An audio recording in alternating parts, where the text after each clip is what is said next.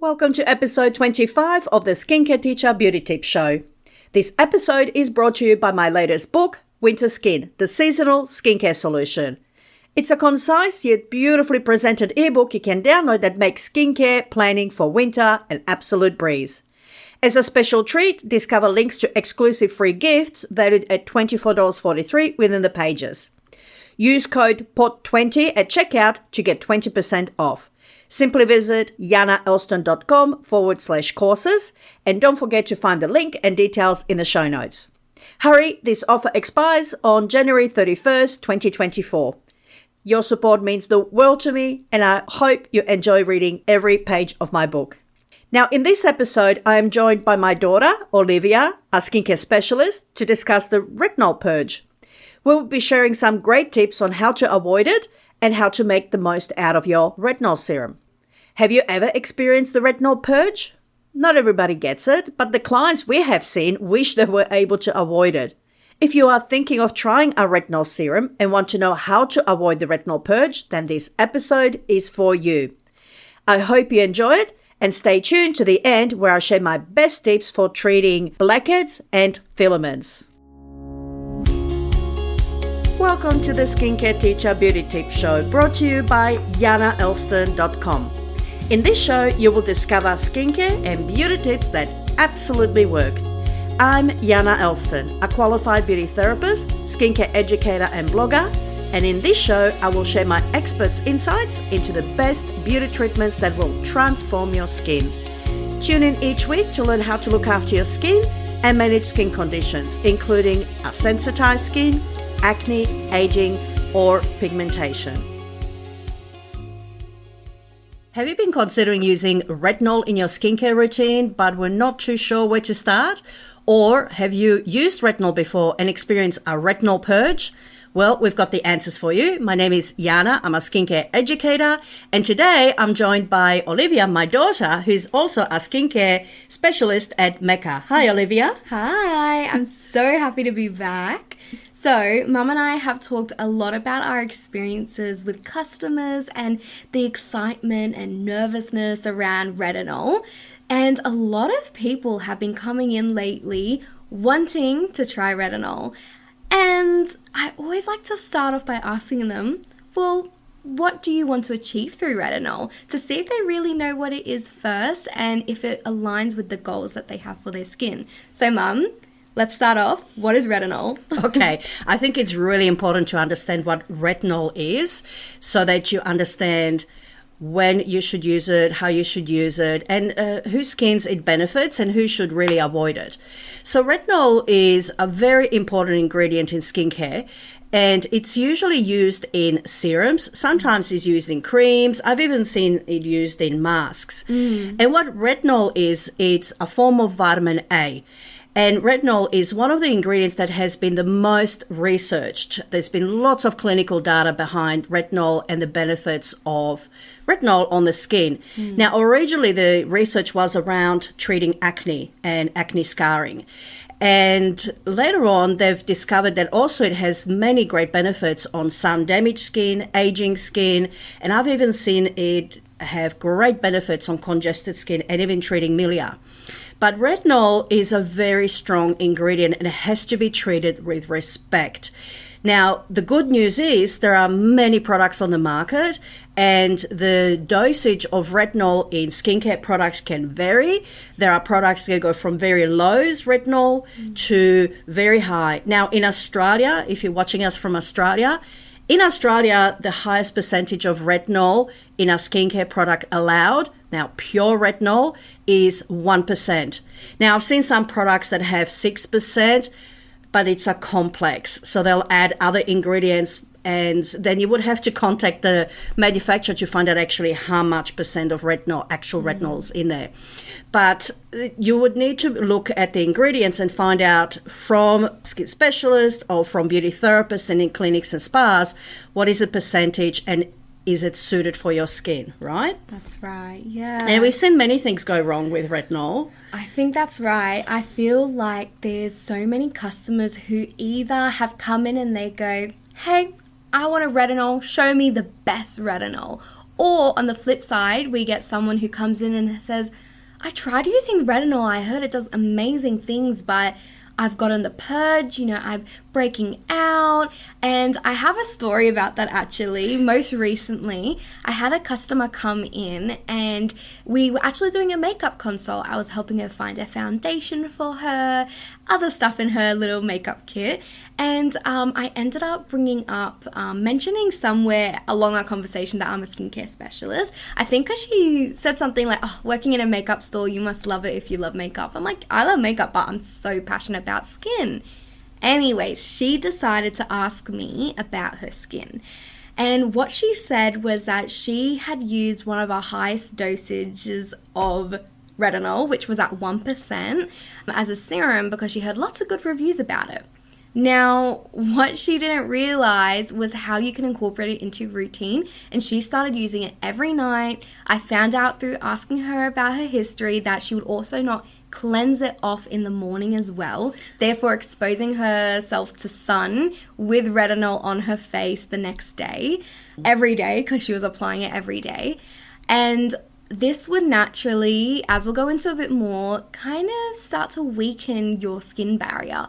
So she started to experience purging, dryness, sunburn, and then she thought, I need to just stop my skin routine. I'm not only just going to cut out retinol, but I'm going to cut out everything else and only use a water-based moisturizer, cut out all oils, and use a foaming cleanser. And it kind of made my heart stop a little bit when she told me. And of course, so from there, I was like, I think we need to focus on rebuilding your skin barrier and health. So, Mum, can you tell me what you would have said to her or what you would have done in that scenario? Okay, so we see it all the time. Actually, I see two different kinds of people out there. There are some, like in clinics and spas, who've never used retinol and are very nervous about using it because they've heard that you could have the purge, you could have irritation, redness, flaking if you use it in high dosage, and in some sensitive skins it can happen as well. And then there is those who just want to get rid of their fine lines, wrinkles, sun damage, pigmentation and everything else like yesterday, so they go for the highest dose that they can get. Quick fix. They want a quick fix, and so they end up taking a serum that's very high and end up having a problem down the track. And they usually purchase it without consulting someone as well. Absolutely. They listen to influencers, and influencers influence. It may work for some skin types, but you've got to be careful. If it works for somebody else, it may not necessarily work for you. Everybody's skin is different. That's the first lesson we learn in beauty therapy, is that every skin is different and we've got to treat every skin individually. Yeah. So that's why you need to have a consultation with a skin specialist, with a beauty therapist, who can then assess your skin and find out what would be the best approach for your skin, right? Yeah. So what would I say to her? I would say exactly the same thing, Olivia. You did the right thing. When somebody experiences a retinol purge like that, the best thing is to, what we say, just pare it down. Go back to using it to a level where it was comfortable for your skin. So what I mean by that is usually when we recommend retinol for skincare for somebody, if we want to treat pigmentation, sun damage, acne scarring, acne or wrinkles, we would advise the client to ease into it. Yeah. No matter what percentage you start off with. And if it's a beginner, we always start with a low dose retinol. Yeah. You've got to get your skin accustomed to the retinol, the vitamin A, right? Because if you don't, if you go in with a too high of a percentage, guess what? The skin will want to get rid of it. And you will develop what's called the retinoid effect. The retinoid effect is that purging, the redness, the flaking, the peeling, the sensitivity, the burning, itching sensation that is the retinoid effect. What that means is that the retinol you're taking is too high for you at this time. Yeah. You haven't eased yourself into it. You need to gradually introduce it. So you would typically start with a low dose, 0.15, 0.2, 0.25 retinol, introduce it slowly. And what we recommend is don't use it every night to begin with, right? Yes. You need to introduce it 1 time a week, twice a week, 3 times a week to begin with. Yeah. And then slowly increase it until you reach to nightly use over a period of several weeks. Now, during that time, if any time you start to get that retinoid effect, that means that your skin can't tolerate too much of it at that time. It could be for various reasons. It could be the season. It could be you're under the weather, you're not well at the moment, you could be on medications and so on. So it means that when you start getting the retinoid effect, go back to the frequency of use that your skin was comfortable with. Yes. Now, why is this important? When you get inflammation in your skin, redness, peeling, flaking, that's not a healthy skin, right? Yeah. Because your barrier is being then compromised. You've got inflammation in your skin. And guess what? Inflammation is pro-aging. Inflammation triggers rosacea. Inflammation triggers acne breakouts. That's that purge that people experience. Yeah. So if you have too much inflammation for too long in your skin, you will experience either breakouts or rashes. Even some people have seen develop dermatitis and eczema, right? Yeah. Because they've overused the product, or they use too high of a dosage, too quick, too fast. So you've got to introduce it slowly. Exactly. And I would like to say on that point, for some people, make it a connection to when you start a new medication. Because if you think about it, science and the science of skin is related to the medical world. So when you start off a new medication, a lot of the time the doctors gradually increase your dosage over a couple of weeks. So that's the exact same when you have active ingredients such as retinol. So think about it like that. I like to also think I'm a very, loving person. I like to describe to customers at work, you need to treat your skin with love. Like, think about giving it a cuddle. That's your moisturizer. Because a lot of people say they'll just pop on their serum, their retinol, and in the morning or the night of, they don't pop that moisturizer and the sunscreen in the day. You need to make sure you're always giving it that loving hug and protection so that this can also work and not compromise your skin. Like where Mum says, you do experience things like redness, heat, hotness to the touch, acne, all of that. So that's something I just wanted to add. Another point that I would like to bring out, and that's something that we were talking about the other day, Yeah. is before somebody attempts using retinol in their skincare routine, you've got to get your basics right first. Yes. Right? You've got to get your basics right. Get your skin into really good condition. That means it's got to be hydrated. You can't have sensitive skin. You can't have severely dry skin to start using retinol. Mm-hmm. It will then react, right? And then you will get that retinoid effect. So start with the basics. Number one, the most important product you have to use, no matter what, no negotiable, that you must use every day before you start using retinol is sunscreen, right?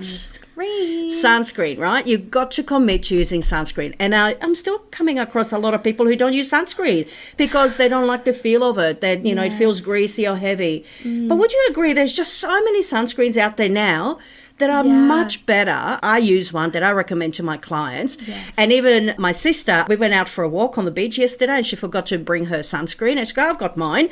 And she goes, oh, because she doesn't like anything greasy on her skin. Yeah. And she put it and goes, oh my God, this feels actually really nice. She actually really liked it. And I said, the sunscreen today are much better formulas. They're lightweight. You can't feel it on. You can wear it on its own, put makeup on over the top. SPF 50 plus, really important to use. Exactly. And I would like to add to that. I remember we went to the city recently, and in my bag, because I knew it was going to be a day trip, and it's now summer in Australia, but that also doesn't mean I shouldn't be wearing sunscreen if it's not summer. And I had a facial spray to put over my makeup that had SPF 50 in it. I had one for my body. Like, I was totally prepared for anything. So I love that. You can see both of us are very passionate because we had SPF in our bag on the go. But I did want to say, I really agree. A lot of people are still stuck in the mindset of the traditional physical sunscreens. Now, you might not know what that is. That's one that you can get from the drugstore, and that would give you that white cast. Now, a lot of us grew up with that, going to the swimming pools, going to the beach. That's what our parents would put on us, and we hated the feeling of that thick, greasy, white casted feel. But as you mentioned, there's so much out there now in the market. We've got stuff at Mecca that I absolutely love. Even my auntie also showed me some that she purchased that she preferred because they gave her a more lightweight feel while still being SPF 50. Now, Mum, why would you say that's the must when you start to introduce something like retinol into your routine? Because retinol can photosensitize your skin, right? So retinol, as it works, it helps to stimulate cell renewal, but it will shed off excess cells. In the beauty industry, we say it exfoliates the skin from the inside out, right? Yeah. So that's how it works, by rejuvenating the skin. It helps to stimulate that cell turnover and allows all the old cells to come off, revealing that beautiful radiant skin underneath. At the same time, it can make the skin sensitive to the sun. You can burn much faster if you have retinol on your skin during the day. So you should never use retinol on your skin during the day. Now, there are other alternatives. There's retinol palmitate, for example, which is a very soft version of vitamin A. It is not as strong, and usually it's used in actually anti-aging creams that can be used as day and night, so that's fine. And there's some other options out there. If you wanted to use a rejuvenating serum or cream during the day, it's better off if you go with like vitamin C or niacinamide during the day. Yeah. That's a great antioxidant that protects the skin from UV-induced free radical damage. But retinol is a no-no, as are AHAs, BHAs. You shouldn't be using those during the day. Yeah. But even if you're using it at night, you need to protect your skin in the morning, because it's continual working in the skin, and it can make your skin a little bit sensitive, and then it'll be more sensitive to the UV. Exactly. So if you're someone who has already tried retinol, or even if you're starting out and you're a little bit interested now, hearing the benefits, I would say the best thing and the first step to do is to approach a skin specialist, a beauty therapist. In person would of course be best because they can physically see your skin, I guess physically, visually. And then from there, once they've established your history of your skin, then they can from there recommend what way would be best for you. It usually would start out that in 1 week, choose one night to use retinol at night, usually as a serum, but make sure you're cleansing your skin. You're putting that retinol on, putting your moisturizer on, and in the morning, make sure again to cleanse that off. Start again, moisturize, sunscreen. So that's what I would say out of your routine of your week. That's how it should kind of look. That's the building block. That's right, but you need to get your base right, like I said. Like you mentioned, the client, she wasn't washing her retinol off in the morning, which tells me she wasn't cleansing her skin. Yeah. So it's really important you get your cleanser. In my opinion, I love using lotions afterwards because it helps to improve penetration of any serums or moisturizer you put on afterwards. Yeah. Cleanse, lotion, moisturize, sunscreen, those 4 essentials for daily skincare before you attempt using retinol. No good you not having a skincare routine and then just going to retinol to try and fix all the problems that are caused because you've neglected your skin, right? Exactly. So get your basics right. Make sure your skin is really hydrated. So if anything, if I had a beginner come to me and I assess the skin and I'm seeing that, look, most people in Australia are dehydrated, right? We always see some degree of dehydration. I would say if you've never used a serum before, hydrate your skin with a hydrating serum for about 4 weeks first, then come back to see me and see if your skin is hydrated well enough so we can begin your retinol. And you can continue using your hydrating serum during the day, and then you can introduce your retinol at night when your skin is ready, right? Now, talking about the purge. Yeah. So how would you deal with the purge? Now I'm being put to the test in front of the expert of a long time. I would say, as even like with my lady who had an ongoing purge, even after she had stopped retinol, I would say to just focus on calming the skin, calming, rebuilding that barrier strength again, and that's it. Yeah. That's all. So don't stop your routine. Don't cut cold turkey because your barrier is still damaged and bad stuff is coming in and good stuff is being released. So I would say to definitely start on that barrier repair.